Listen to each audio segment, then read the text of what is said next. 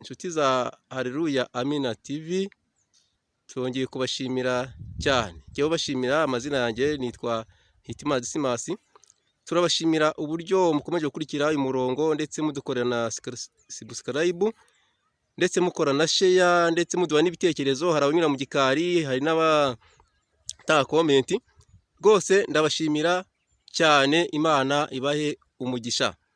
Uyu munsi rero twongeye kubagaruka hano tubazanira ijambo ry'Imana, ariko ntago ndi njyenyine, ndi kumwe n'umushyitsi. Mbere ya byose reka tubanze dusenge Imana. Mana nziza, Mana yo kwizerwa, Mana ishobora byose, Mana ivuga bikaba kigakomera. Dusengeye Mwami Imana irivuga butumwa twatangiye, kugira ngo uriho umugisha, kandi irivuga butumwa bazaryumva bose bazahindurwe naryo. Urakoze kubyumvishe mu izina rya Yesu Kristo tubigusabye. Amen. Nkuko nari mbabwiye rero, turi kumwe n'umushyitsi.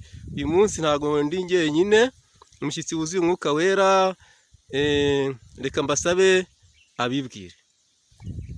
Nitwa Sengimana Jean Pierre, ndi umugabo, mfite umugore n'abana, mfite abahungu 4 n'abakobwa 3. Nkaba nkorera umurimo w'Imana mu itorero rya Busanza. Busanza akaba ari naho ntuye, ariko aho mvuka ni mu ntara y'Amajyepfo, mu karere ka Nyamagabe, mu murenge wa Cyanika. Urakoze Pierre kutugezaho imyirondoro yawe. Turagushimiye kandi Imana iguhe umugisha bwo kwitabira ubutumire bwacu bwo kuza kuganiriza abanyarwanda, cyangwa se abatuye isi bose bumva ikinyarwanda.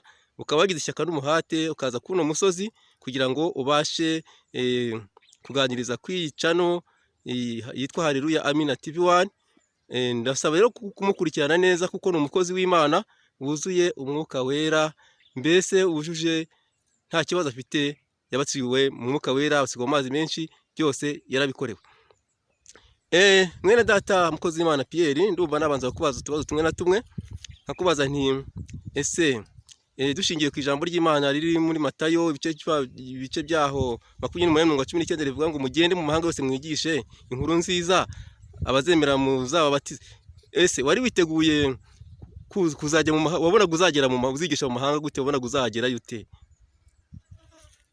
Urakoze cyane. Yesu we nkunda kubwira abantu ko ari umuhanga cyane. Ibintu byose yabireberaga mu bihe bizaza, kuko yari umuhanuzi ukomeye. Ko avuga iby'ivugabutumwa rizaba, we hari aho yageze arimo atanga ibiganiro, avuga ko n'amabuye azavuga.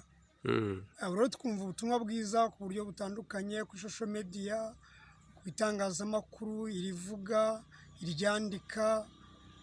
Twumva ubutumwa mu buryo butandukanye. Ibyo byose Yesu avuga ko tuzagera mu mahanga yose, nibyo yendaga kuvuga. Nibyo yendaga kuvuga.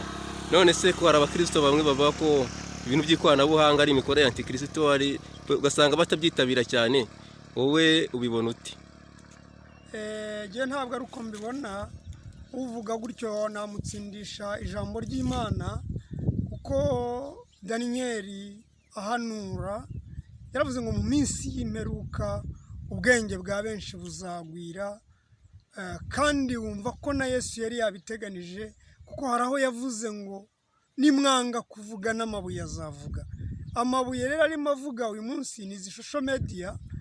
Byose Yesu yari yarabiteguye mbere y'igihe, kuko yari Imana, yari azi ko bizabaho. Urakoze cyane. Ni ukuvuga mbese ko wowe ikoranabuhanga, amatelefone, amakompiyuta, wowe ubyemera? Genda byemera, kuko nimba ubwenge buzagwira, abantu mbere bagendaga mu bwato bw'umuvure, ariko ubu hari ubwato bw'amamoteri. Abantu bagendaga mu modoka, indege zitaraba, ubu bagenda mu ndege. Ikoranabuhanga ndaryemera, kuko ibyo byose bigenda byuririra ku ikoranabuhanga. Noneho rero ariko hari n'uburyo ikoranabuhanga ryakoreshwa nabi. Ryakoreshwa nabi gute? Birashoboka ko hari abantu bakoresha ikoranabuhanga nabi.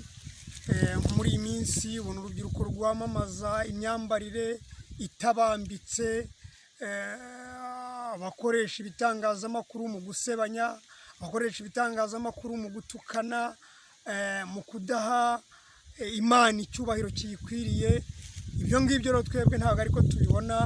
Itangazamakuru rigomba gukora ubwo uburyo ryashyiriweho, kandi mbona uburyo ryashyiriweho ni ukumenyesha nyine abantu amakuru meza abafitiye umumaro, harimo n'ibi ngibi tuvuga byo kwamamaza Yesu Kristo nk'umwami n'umukiza w'abari mu isi. Reka ibindi bibazo tuzabiganireho ubutaha, ahubwo dukomeze icyatuzanye tugezeho, ugeze ku bakurikiye channel Haleluya Amina TV 1, ubagezeho ijambo ry'Imana, ngaho bazusengere. Mwami Yesu, mwana w'Imana, mu izina rya Yesu Kristo umwana wawe ukunda, turagushimiye. Uri Imana nziza, Imana yaduhamagaye idushyiriraho gukora umurimo wawe. None uyu munsi duhagaze kuri iki gitangazamakuru cya Haleluya Amina TV tugira ngo tukwamamaze. Ngwino uhagararane natwe, kandi abanyarwanda bagiye kudutega amatwi ndetse n'abatuye isi muri rusange, turabasengeye kugira ngo umwuka wera akore imirimo kandi aherekeze iri jambo rigira imbaraga zihindura, kugira ngo abantu barusheho kuba ibyaremwe bishya. Urakoze cyane kuko wumvise gusenga kwacu, bikorewe wiyubahishe nk'Imana mu izina rya Yesu. Amen. Amen. Murakoze rero nshuti bakundwa mukurikiranye iki gitangazamakuru cyacu Haleluya Amina TV. Tunashimira abagishyizeho kuko bahisemo umurongo mwiza wo kwamamaza Yesu. Reka rero dusome ijambo ry'Imana mu gitabo, kimwe mu bitabo by'amateka, igitabo cya Yosuwa, igice ni icya 5 umurongo wa 13. Reka dusome mu izina rya Yesu. Nuko Yosuwa yerekeye i Yeriko, yubura amaso, abona umuntu uhagaze amwerekeye afite inkota mu ntoki. Yosuwa aramwegera aramubaza ati, mbese uri uwo mu bacu cyangwa uwo mu babisha bacu? Aramusubiza ati, oya, ahubwo nje nonaha kubera ingabo z'Uwiteka umugaba. Yosuwa yikubita hasi yubamye, aramuramya, aramubaza ati, mutwarege, we umugaragu wawe untegetse iki? Nuko umugaba w'ingabo z'Uwiteka abwira Yosuwa ati, kwetura inkweto mu birenge byawe, kuko aho uhagaze ahari ahera. Yosuwa abigenza atyo. Amina. Reka dusome mu gitabo cyo Kuva. Mu zindi Bibiliya bavuga ngo ni igitabo cy'iyimuka Misiri. Turasoma igitabo cya kabiri cyitwa Kuva. Turasoma igice cya 2 umurongo waho wa 23. Haravuga ngo, hashize iminsi myinshi umwami wa Egiputa aratanga, Abisirayeli banihishwa n'uburetwa babakoresha, barataka. Gutaka batakishwa n'uburetwa kurazamuka kugera ku Mana. Imana yumva umuniho wabo, yibuka isezerano ryayo yasezeranye na Aburahamu na Isaka na Yakobo. Imana ireba Abisirayeli, imenya uko bameze. Reka dusome mu Baroma igice cya 8 umurongo waho wa 26. Hari amagambo avuga gutya ngo, uko niko umwuka dufasha mu ntege nke zacu, kuko tutazi uko dukwiriye gusenga, ariko umwuka ubwe niwe udusabira aniha iminiho itavugwa. Amen. Reka abari badukurikiranye dusoma, mutegera amatwi ijambo ry'Imana, kandi Imana ibaha umugisha guhitamo gukurikira iki gitangazamakuru cya Haleluya Amina TV 1, kuko cyahisemo umurongo mwiza wo kubwiriza abantu ubutumwa bwiza bushingiye ku ijambo ry'Imana. Apana bya bindi by'ubuhanuzi cyangwa bya bindi byateye muri iyi minsi y'imperuka. Iki kinyamakuru icyo tugikundira cyahisemo umurongo mwiza wo kwamamaza inkuru nziza y'agakiza, gishingiye ku byanditswe byera. Ubwo rero ibindi bintu bivugwa bidashingiye ku byanditswe byera biba atari byo, ntimukabiha agaciro. Mujye mushingira ku ijambo ry'Imana, niryo rizatuyobora kandi niryo rizatuma tugera mu bwami bw'Imana amahoro kuko ari Imana yaduhamagariye. Hanyuma mu gihe Abisirayeli barimo barwana n'Abamidiyani, Yosuwa yagize umubabaro, agira urugamba rumukomereye, abonye bikomeye arimo yibaza uko azanesha Abamidiyani, bimucanze yibaza uko azatabarwa, yibaza uko Abisirayeli bazatabarwa, arimo abitekereza, nibwo Imana yohereje marayika wayo. Aleluya! Amina. Yohereza marayika wayo, Yosuwa akirimo amwibazaho, yubuye amaso akiri kumutekerezaho, akimubona agira ubwoba, amubonanye inkota, yibaza ko aje mu mwanya w'ababisha babo. Yosuwa we yibazaga ko apfuye kubera urugamba yari amazeho igihe nk'umugaba w'ingabo, ariko ngo aramubaza ngo mbese uri uwo mu bacu cyangwa uwo mu babisha bacu? Marayika ngo aramubwira ngo ya, ntabwo ndi mu babisha banyu, ahubwo nje nonaha kubera ingabo z'Uwiteka umugaba. Imana yarebye umubabaro w'Abisirayeli ku rugamba, ireba urugamba barwana, ireba intambara bafite, ireba ibibazo bafite, ireba uko Abamidiyani babamereye nabi, izana ubutabazi. Imana ishimwe cyane. Amen. Aleluya. Amina. Izana ubutabazi, niko kohereza marayika wayo ngo aza kubw'ingabo z'Uwiteka. Ngo mbabwire bene data bakundwa, iyo uhagaze urwanirira Imana mu by'ukuri, iyo uhagaze urwanira umurimo w'Imana, iyo uhagaze mu mwanya mwiza, iyo uhagaze mu murongo wo gukiranuka, Imana ijya yohereza umugabo w'ingabo z'Uwiteka akaza gutabara. Imana ishimwe cyane. Oh, haleluya. Amina. Imana ishimwe. Ndabifuriza kurwana intambara nziza, ndabifuriza kurwana kigabo, kandi mukarwana intambara z'abera, mutarwanirira ibinyoma, mutarwanirira amafuti, ahubwo murwanirira ukuri, murwanirira ku isi yarushaho kuba nziza, ko abantu barushaho gutungana, murwanirira ko abantu barushaho gukiranukira Imana no kuyikorera bagendera mu murongo wo kureka ibyaha. Amen. Marayika w'ingabo z'Imana, umurwanyi w'ingabo z'Uwiteka, yururutswa aje gutabara abarwaniraga iby'ukuri, yururuka aje gutabara abarwaniriraga kwera kw'Imana, abarwaniriraga gukiranuka. Namwe rero nshuti muteze amatwi iki gitangazamakuru, ndabifuriza kurwana kigabo, murwanira gukiranuka, murwanira kwera, murwanira gukora imirimo myiza, murwanira gukora imirimo yo gukiranuka, imirimo yo gufasha abandi, imirimo y'abera, imirimo tuzamurika imbere y'Imana. Imana itugirire neza cyane. Haleluya, haleluya.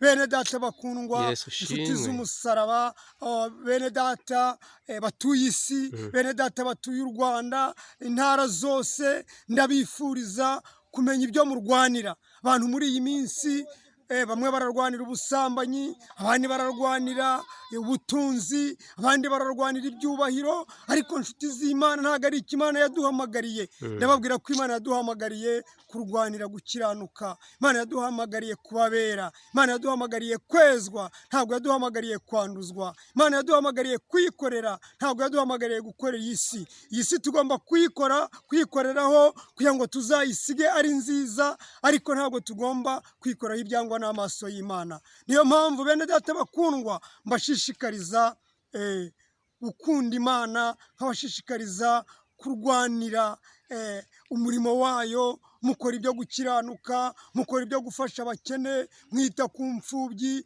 mwita ku bapfakazi, mwita ku batagira kivugira, mwita ku batagira shinge na rugero, mwita ku banyamibabaro, mubafasha, musura imfubyi, musura imbohe, mubwiriza ubutumwa bwiza kugira ngo abarushye n'abaremerewe Yesu nabo bamenye ubutumwa bwiza abaruhure. Murakoze cyane. Yosuwa rero kuko yarimo arwanira iby'ukuri, Imana yohereza marayika kugira ngo amurwanirire. Imana ishimwe cyane. Nawe uyu munsi Imana yohereze marayika kugira ngo akurwanirire. Yosuwa yakoze ikintu cyiza cyane, yemera gukwetura inkweto, kuko yabajije umugaba w'ingabo z'Uwiteka abaza ngo jyewe umugaragu wawe untegetse iki? Nawe baza Imana icyo wakora, gisha inama Imana, gisha inama icyo wakora, nawe ukwetura inkweto. Niwumva hari ibyagutandukanije nayo, nimba warumva hari ibyo wakoraga bitari byiza, uhitamo icyo gukora uyu munsi, nawe ukwetura inkweto kugira ngo marayika w'Imana akurwanirire. Murakoze cyane. Reka dukomeze n'ijambo twasomye mu gitabo cyo Kuva igice cyaho cya 2 umurongo wa 23 aho Abisirayeli babaye mu gihugu cy'ubunyage, bakaba mu mibabaro itandukanye, bakaba mu ngorane z'uburyo butandukanye, kandi izo ngorane bazibayemo ryari? Bazibayemo igihe Yosefu yari atakiriho. Umwami wari umuzi nawe amaze gutanga, bagakoresha imirimo y'uburetwa, bakabatoteza, bakabagirira nabi, ariko nabo ngo baraniha, banihira Imana, barayitakira. Imana yumva gutaka kwabo, Imana yumva gusenga kwabo. Imana imaze kumva gusenga kwabo, yohereza umucunguzi, yohereza umutabazi. Imana ishimwe cyane. Nibwo yahagurukije Mose, imaze kumenya uko Abisirayeli bameze, ibona ko bakwiriye kuva mu Egiputa, nibwo yoherezaga Mose kwa Farawo, hakorera ibimenyetso bitandukanye, agambiriye kugira ngo Imana ivane Abisirayeli mu gihugu cy'uburetwa. Imana irashaka kuvana abanyarwanda mu buretwa, Imana irashaka kuvana abatuye isi mu buretwa, Imana irashaka kuvana abatuye isi mu bubata bwa Satani. Imana irashaka gutabara abantu b'Imana, irashaka kubashyira mu murongo uzabajyana mu bwami. Bene data bakundwa, muririmbyi yabivuze neza, aravuga ngo mu isi si iwacu, turi abashyitsi, turi abacumbitsi. Avuze ngo he mu ijuru niho iwabo w'abizera, aho niho tuzatura, aho niho gukiranuka kuzaba. Niyo mpamvu nifuriza abateze amatwi iki gitangazamakuru, abateze amatwi iri jambo ry'Imana kuri uyu munsi, ko mwese mwafata icyemezo mukajya mu murongo. Imana ibahamagarira mukajya mu murongo, mukava mu busambanyi, mukareka ubusinzi, mugakwetura inkweto, mukava mu bibi mwakoraga, mukava mu bugambanyi, mukava mu matiku, mukava mu bibi byanyu mwakoraga, mukajya mu murongo wo gukiranukira Imana. Kuko abashaka icyubahiro no gukiranuka ngo bishakishe gukora ibyiza badacogora. Urashaka icyubahiro, urashaka amafaranga, urashaka kubona ibyiza, urashaka kubona Imana, Bibiliya iravuga ngo bishakishe gukora ibyiza udacogora. Ntabwo wabibona ugambana, ntabwo wabibona uhemukira abandi, ntabwo wabibona uriganya, ntabwo wabibona wiba, ntabwo wabibona usebanya, ntabwo aho ariho wabona umugisha. Umugisha wawubonera mu gukora imirimo yo gukiranuka. Bibiliya ivuga iki? Matayo yandika igice cya 6 umurongo wa 33 yabivuze neza, aravuga ngo nimushaka ubwami bw'Imana no gukiranuka kwayo, ibindi byose muzabongererwa.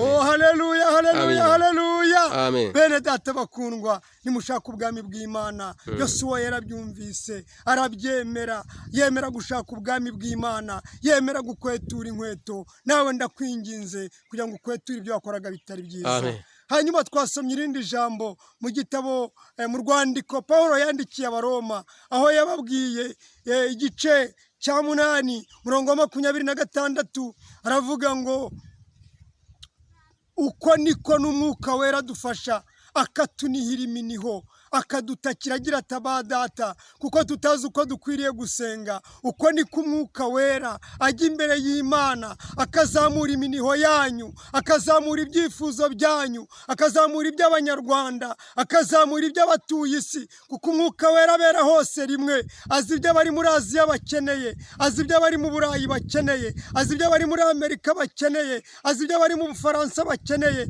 azi ibyo abari mu ntara zose bakeneye, azi ibyo abari mu itorero, mu matorero yose bakeneye. Uko niko abizamura, akatunihira, azi ibibagora, azi ibibarushya, azi urugamba murwana. Ese urimo urarwana urwo kureka ibyaha? Ese urimo urarwana urwo kujya mu byaha? Rwana urwo kubivamo. Umwuka Wera azamura icyifuzo cyawe, Umwuka Wera azamura umubabaro wawe. Ibikugoye arabizi, ibikuruhije arabizi, ariko Umwuka Wera arakuzamurira iminiho. We kora iki ijambo ry'Imana rigusaba, we kora iki ijambo ry'Imana rigutegeka.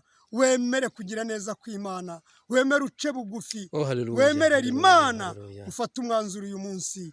Urakoze ko wumvise iri jambo, ukabufasha umwanzuro, wo guhinduka. Nagira ngo rero dufate icyemezo, tugusengana Imana, dusengane Imana n'abategeye amatwi iri jambo, dusengane Imana n'abumvise ubutumwa bwiza, bakaba bemeye gukwetura inkweto, bakaba bemeye ko Imana ari ishoboye, bakaba bemeye intege nke zabo, bakaba bemeye ko nta mbaraga, ahubwo imbaraga z'Imana arizo zishobora kubazamura, zikabavana mu byo bari barimo, zikabashyitsa mu murongo wo gukiranuka, zikabavana mu ntambara barwanaga, zikabashyira aheza, zikabavana mu matiku, zikabashyira mu buntu bwayo, zikabavana mu bugambanyi, zikabashyira mu gakiza, zikabavana mu mahane, zikabashyira mu mahoro, zikabavana mu bibi byose bakoraga, zikabashyira mu murongo w'urukundo rw'Imana. Ababyemeye rero munyemerere muteze amatwi iki gitangazamakuru, muce bugufi dusengane Imana. Amen. Mwami Yesu, tugushimiye ijambo ryawe, tugushimiye umugambi mwiza ufite ku banyarwanda, tugushimiye umugambi mwiza ufite ku batuye isi, tugushimiye umuteguro ufite muri iyi minsi y'imperuka, umugambi ufite wo guhindura abantu bawe, abagore bagakizwa, abagabo bagakizwa, abasore bagakizwa, urubyiruko rugakizwa, abantu bakava mu kwambara ubusa bakajya mu murongo w'abana b'Imana, abantu bakava mu busambanyi bakajya mu murongo w'abana b'Imana, abantu bakava mu bujura bakajya mu murongo w'abana b'Imana, abantu bakava mu businzi bakajya mu murongo w'abana b'Imana, abantu bakava mu bibi bitandukanye bakoraga bakajya mu murongo w'abana b'Imana.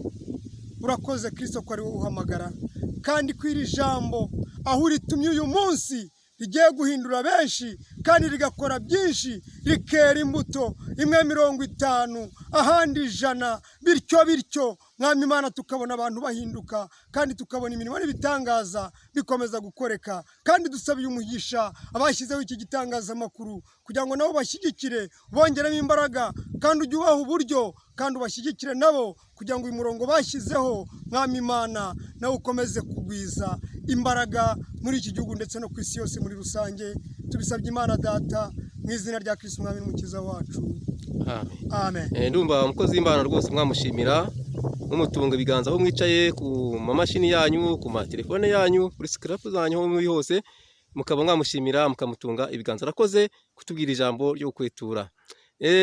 Ndumva rero dushoje, ariko reka ntago namurekura gutyo, kuko uyu ni umunyamasengesho ukomeye, ndetse piye ngira ngo muri minsi nabwo ari mu masengesho. Yego. Ndagira ngo rero usengere abanyarwanda ku byifuzo byabo, kuko abanyarwanda bafite ibibazo byinshi, bafite ibyifuzo byinshi, ubasengere nabo, usengere ibyifuzo by'abanyarwanda.